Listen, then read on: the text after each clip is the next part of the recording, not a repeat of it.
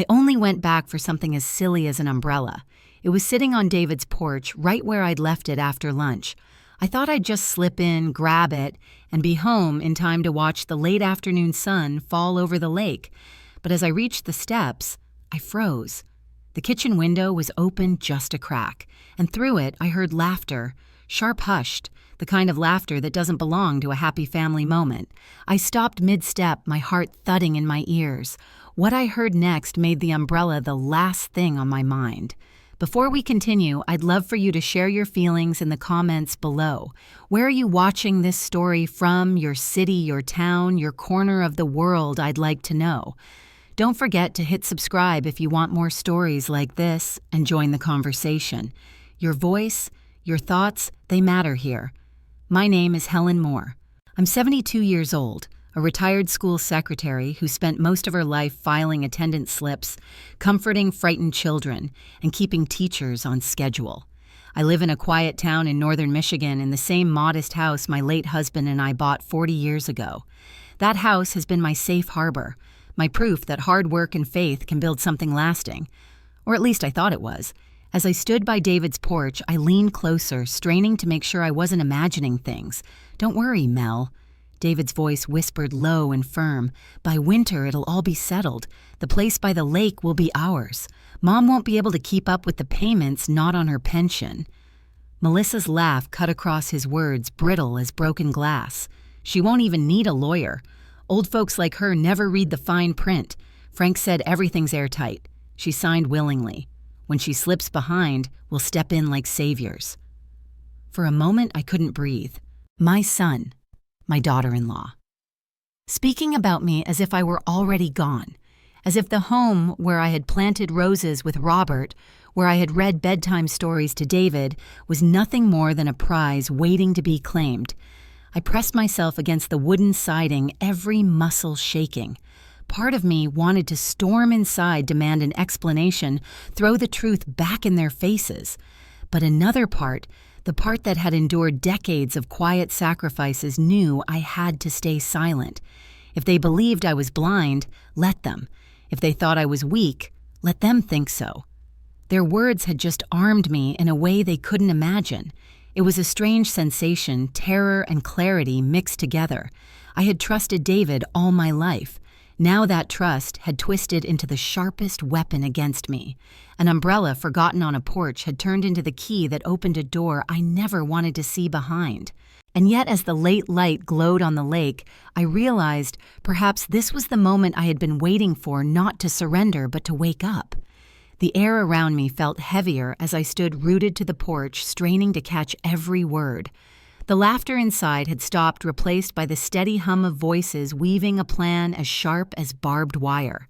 David again, his tone calm, confident. The same voice that once begged me to read just one more bedtime story when he was a boy.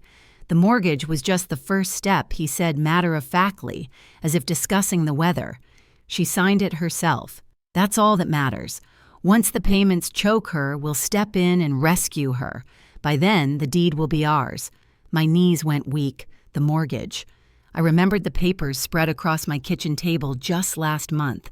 David had smiled at me with that easy charm I thought only a son could give his mother. Melissa had brewed tea, fussing over me as if I were frail. They spoke of a bigger home of grandchildren, running through wide hallways of Sunday dinners by the lake. I had signed because I wanted to believe them, because trust had been my reflex. Now those very pages had turned into shackles. Melissa's voice rose smooth and deliberate. "Frank's handling everything. He said the documents are airtight. Nothing can bounce back on us. Honestly, Helen's trust is our biggest asset. Frank." The name landed like a stone in my chest. Frank Lawson, my late husband's closest friend, the man who toasted us at our wedding, who cradled David as an infant, a man I had once called uncle to my children. He was supposed to protect us, to guide us, not conspire against me. I pressed a trembling hand to the wooden siding, fighting the nausea crawling up my throat.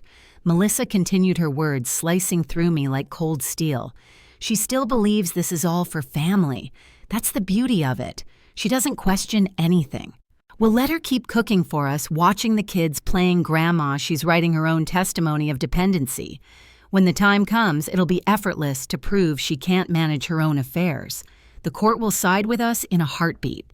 My mind spun. Dependency. Incapable. They were rehearsing a script to erase me, to paint me as nothing more than a confused old woman.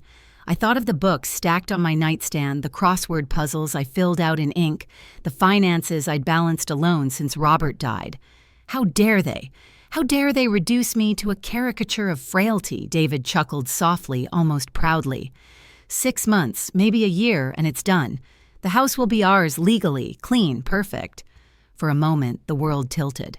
40 years of memories, the roses Robert had planted by the porch, the Christmas mornings, by the fire, the nights I stayed awake waiting for David to come home safe. All of it threatened to collapse into nothing more than a transaction line. My home, my sanctuary, had become their prize. I wanted to burst in, scream his name, shake him, until the boy I raised resurfaced. But instead, I stood still silent, absorbing every poisonous syllable. Because silence, I realized, was power. They thought I was blind, but my eyes were wide open now. I backed away from the window, careful, deliberate each step, a negotiation with my shaking legs. The porch boards groaned softly, but the voices inside didn't falter. They had no idea the script had shifted, that I was no longer the naive woman who signed papers without reading. Reaching my car, I clutched the steering wheel until my knuckles whitened. The engine stayed quiet. I needed time. Time to breathe, to let the betrayal settle into something sharper than pain resolve. The umbrella was still on the porch, forgotten, but I had taken something far more valuable.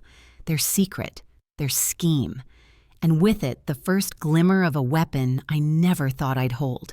I sat in the car long after the voices faded behind me, my hands clenched around the steering wheel as if it could anchor me. Betrayal has a sound. It's not thunder or glass shattering. It's quieter, crueler. It's your own child's voice, steady and cold, planning a future where you no longer exist. My chest ached with the weight of memory. I thought of Robert, my husband, the man who carried lunch pails into the mines of Ironwood until one day he didn't come home. A cave-in, they told me, quick and merciless. I was 32 with 3 children under 10. The house by the lake was our dream, the one thing we had managed to build before fate split us apart. I swore I would keep it. Raise our children there, let its walls carry his memory. And I did. I worked days at the school nights, cleaning offices, stretching every dollar until my hands blistered and my back stiffened into stone. David was my firstborn, my pride.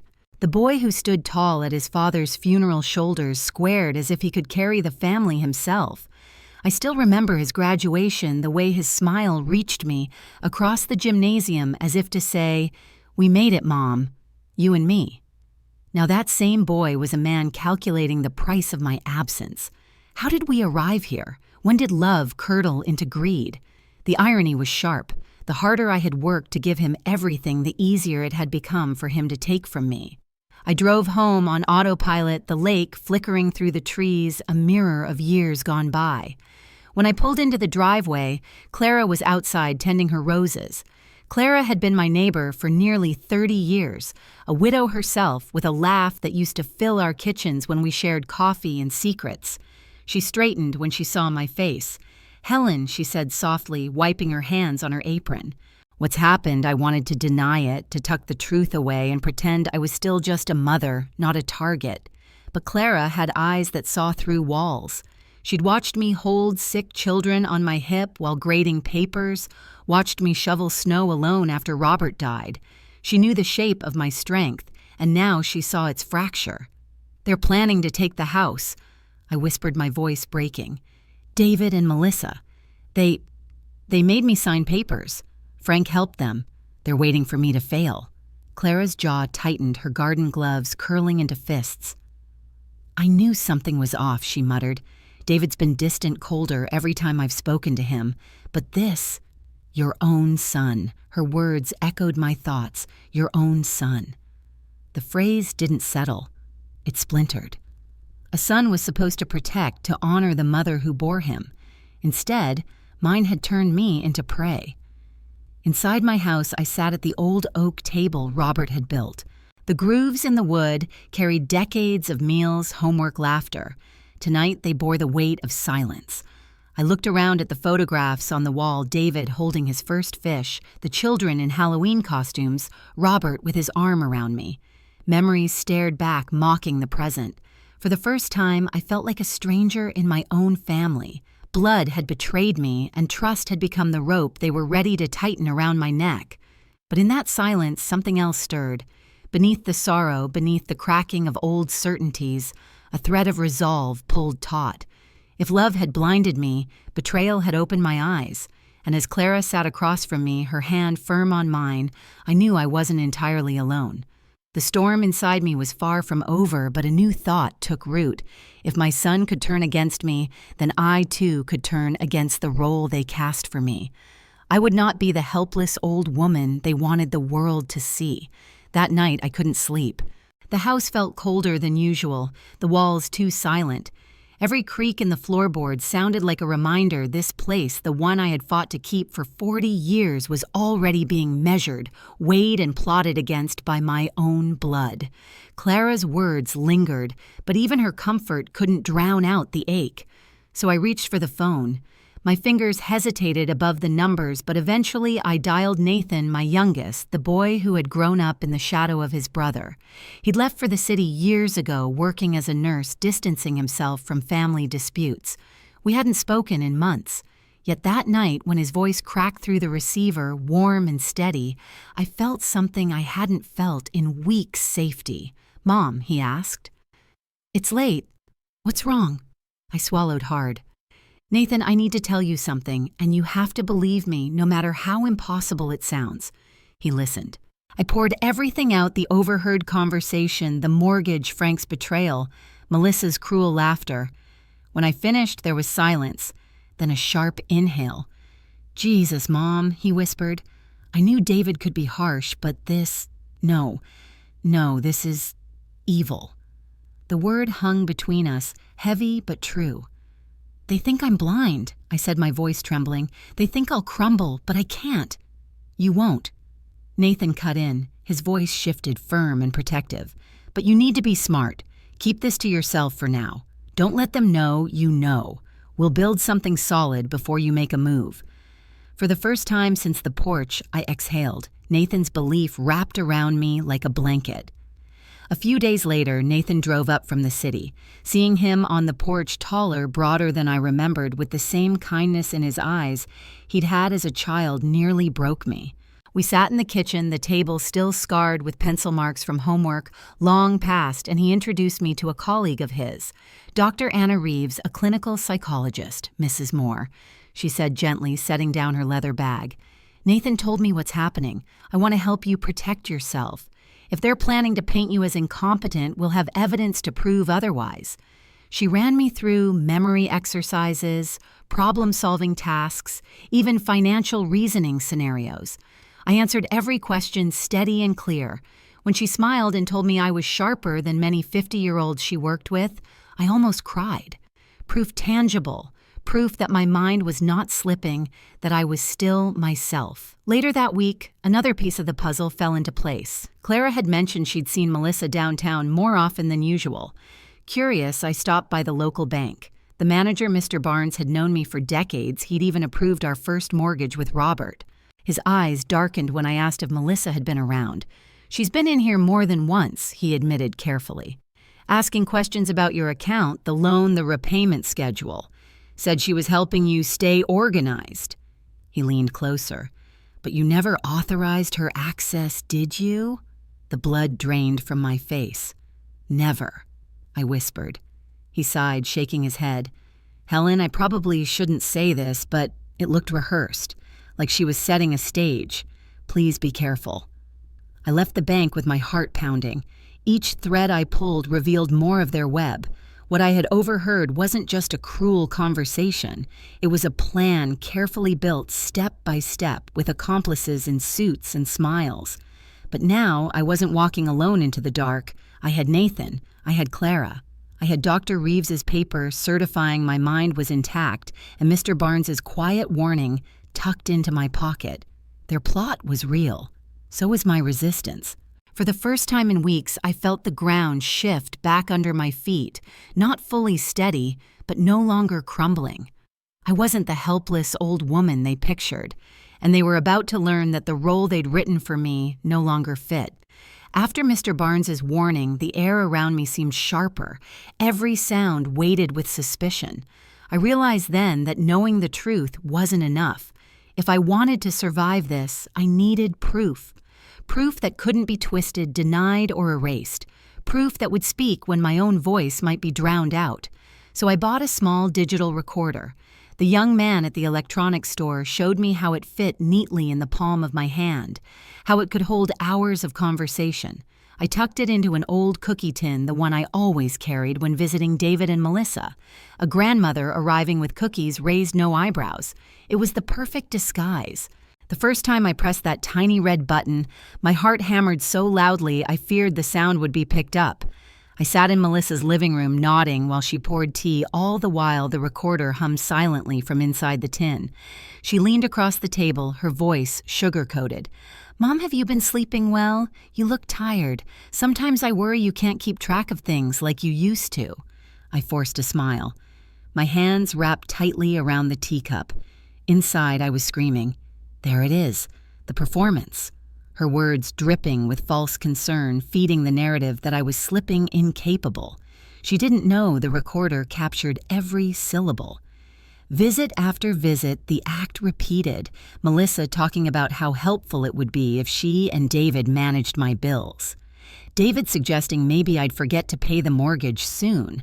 I sat quietly agreeing just enough to keep them speaking, to let them trap themselves in their own web. Meanwhile, Clara became my eyes when I couldn't be there. From her kitchen window, she noticed cars pulling into David's driveway, men in press suits, strangers with clipboards. Realtors, she guessed. She took photographs with her phone, zooming in on license plates, snapping shots of papers clutched in their hands. She brought them to me with a grim shake of her head. "They're already lining up buyers," she whispered, "as if you don't exist."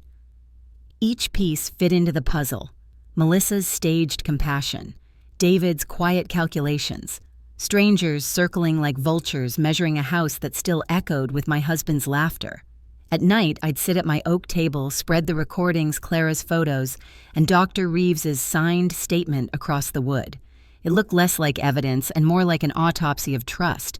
Every file, every clip, every grainy image tore another piece from the illusion that family meant safety. And yet with each addition, my fear shifted. It didn't vanish. Fear rarely does, but it transformed into something harder, sharper. Resolve. If they wanted to paint me as weak, then my strength would come from silence and patience. If they wanted me voiceless, then I would let their voices condemn them. The irony wasn't lost on me. I had spent decades cooking, cleaning, babysitting, bending myself into service for the very people now plotting my downfall. Each casserole, each free afternoon watching the children was now fuel for their argument that I depended on them. My love had been twisted into evidence against me, but I wasn't alone anymore. Clara watched. Nathan planned. Dr. Reeves validated. Barnes warned. I had allies they hadn't counted on. They thought they were writing the ending to my story, but in truth I had begun writing theirs. The game had shifted. It was no longer their secret. It was a battle of patience, of evidence, of timing. And as I slipped the recorder back into its hiding place, I knew one thing for certain. Every word they spoke would one day echo in a courtroom, and for the first time it wouldn't be me on trial. It would be them. The stack of recordings and photos on my kitchen table had become a secret map of betrayal, but evidence alone wasn't enough. I needed more. Something undeniable. And sometimes the best way to catch a predator was to sit calmly in their cage. That's how I found myself at David and Melissa's dining table the following Sunday, my cookie tin resting innocently by my chair, the red light inside already blinking.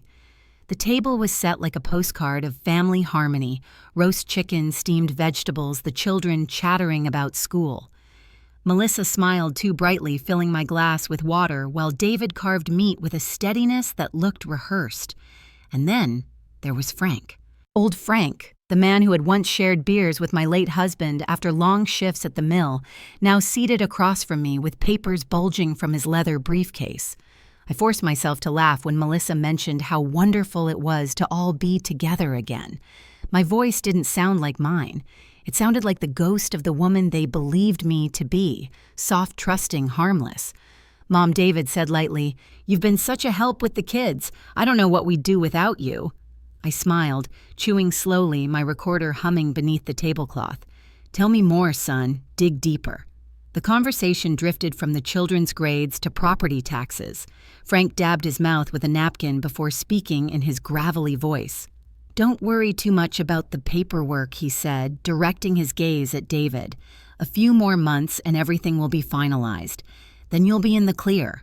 For a moment, the air froze. Melissa's fork clinked against her plate.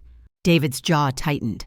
I let my eyes widen just enough to look puzzled, not accusatory. "Finalized?" I asked softly. "What exactly is being finalized?" Frank chuckled too quickly. "Oh, routine things. Legal matters. Nothing you need to concern yourself with, Helen." My fingers trembled beneath the table, but my voice came out steady. "I see." I sipped my water slowly, giving them no hint that my heart was pounding so loudly it drowned out the children's laughter. I waited until the plates were half empty, until Melissa relaxed enough to brag about the new plans she and David had for the future. That was when I tilted my head, my tone casual, almost airy. "David, Melissa, tell me, if one day I weren't here anymore, if something happened, what would become of the house by the lake?" The question sliced through the chatter like a blade. My granddaughter dropped her spoon. David's eyes darted to Melissa, whose painted smile faltered. Even Frank shifted uncomfortably in his chair, coughing into his napkin. Melissa recovered first. "Oh, Mom, don't talk like that. You're going to be with us for many years." David cleared his throat, his voice lower than before. "Well, the will, the loan agreements, everything's taken care of." "Taken care of." I repeated, my tone as light as if I'd commented on the weather. Inside, though, a cold fire spread through me. There it is, the mask slipping. Frank's hand twitched near his briefcase as if wishing he could shove every document back inside and erase his careless words. Melissa reached for my hand across the table, her nails pressing lightly against my skin. "You don't need to worry about those things, Mom. We'll handle everything." I looked at her, my face calm, but my mind recording every flicker of panic in her eyes. My little cookie tin hummed quietly, preserving it all. That night, when I left their house and stepped into the cool Michigan air, I felt both fragile and fierce. Fragile because the betrayal had never felt so undeniable. Fierce because they had just handed me the very thing they thought I'd never ask for their unguarded fear. And fear, I knew, was the first crack in their perfect mask. When I left their house that night, the autumn air bit at my cheeks, but the sharper sting came from what I carried in my bag, the voices of my own flesh and blood exposed. For hours I replayed Frank's careless words, David's tightening jaw, Melissa's forced smile. They thought they were tightening the noose, but I realized something vital: a rope can strangle, or it can be yanked back. So when the next family dinner came, I accepted their invitation without hesitation. I dressed carefully that evening, nothing dramatic, just my navy cardigan and pearl earrings, the ones Robert gave me on our 30th anniversary. I wanted to look like myself, the woman they thought was fragile, predictable, blind. That illusion was about to shatter. The table was laden again: mashed potatoes, green beans, roast beef. The children clattered silverware and laughed oblivious. Melissa served wine, her voice overly cheerful. David nodded at Frank, who was seated at the end, his briefcase resting by his chair. They thought tonight was another step in their plan. Halfway through the meal, as Melissa began a speech about our bright future, I set my fork down. The sound of metal on china silenced the table. My hands were steady now. For weeks I had trembled in secret, but not tonight. "I brought something with me," I said evenly. I reached into my purse and pulled out a crisp folder, sliding it across the table until it rested in front of Frank's plate. He frowned, opening it. The words at the top gleamed under the chandelier: "Certificate of Cognitive Competence," signed by Dr. Anna Reeves, licensed psychiatrist. Melissa's face drained of color. David leaned forward, reading the bold letters as though the page itself betrayed him. You see, I continued, my voice calm. I may be 72. I may misplace an umbrella or forget a date, but I am not senile. I am not confused. I am not incapable. Their silence was thick, broken only by the clink of my granddaughter's spoon hitting the floor. Before they could speak, I opened my cookie tin and pressed the small silver button. A voice filled the room. Melissa's voice, cold and calculating. She won't even need a lawyer. Old folks like her never read the fine print. The children froze, staring at their mother. David's knuckles went white against the edge of the table. Frank shifted uncomfortably, tugging at his tie. Then came David's words, my son's voice heavy with betrayal. By winter, it'll all be settled. The place by the lake will be ours. Melissa lunged across the table, her hand slamming against the tin. Turn it off. She snapped her mask, cracking wide open. But I didn't flinch.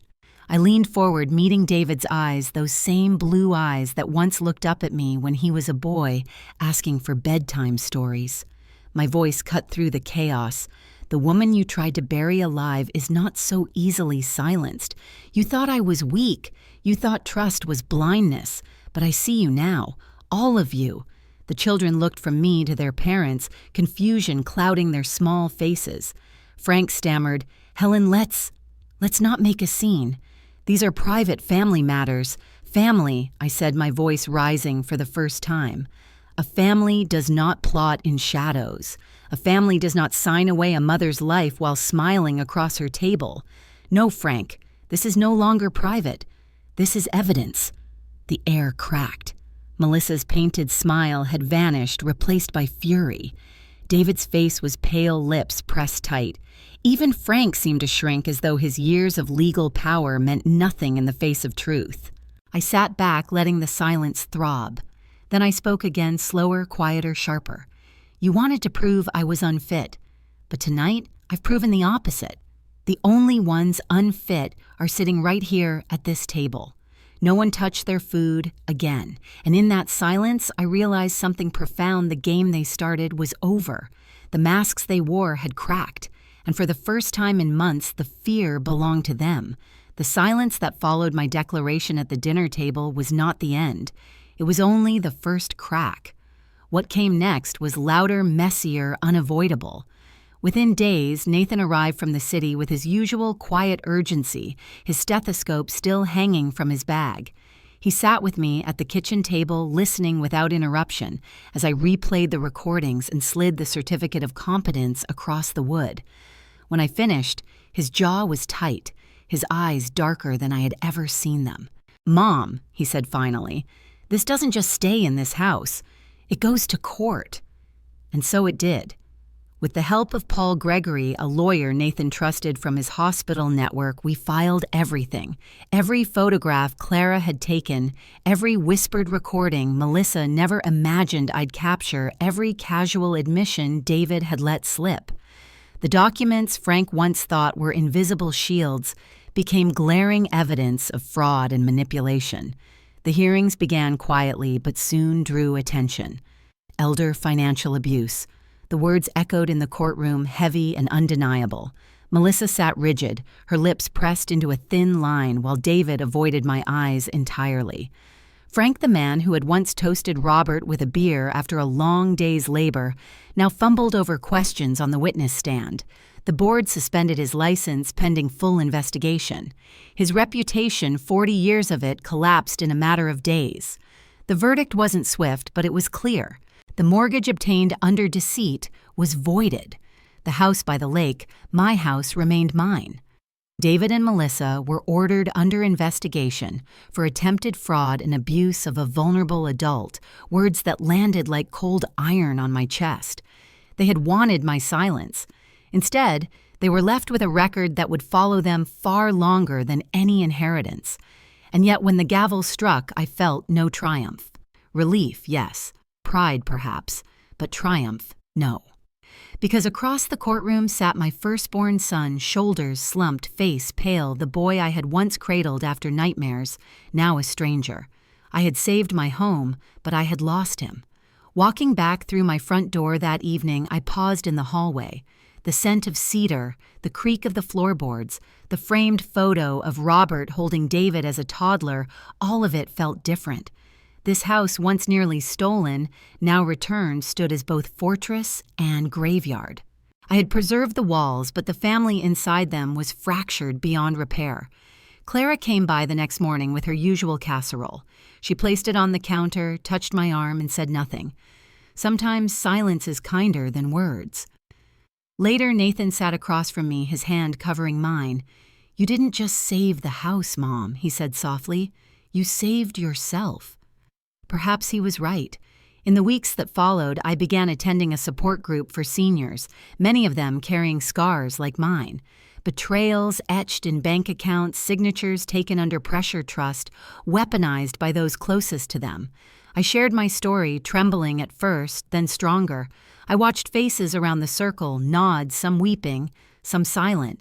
And I realized that telling the truth was not just my victory, it was a shield for others. Now, when I sit on my porch overlooking the lake, I feel both the ache and the strength. Achy for the son I lost, for the laughter of grandchildren I may not hear for years. Strength because I stood up when they expected me to collapse, because I proved that age is not weakness and trust is not ignorance. The roses Robert planted still bloom by the fence. They are not untouched petals, bruised stems bend, but they rise again each spring, as do I.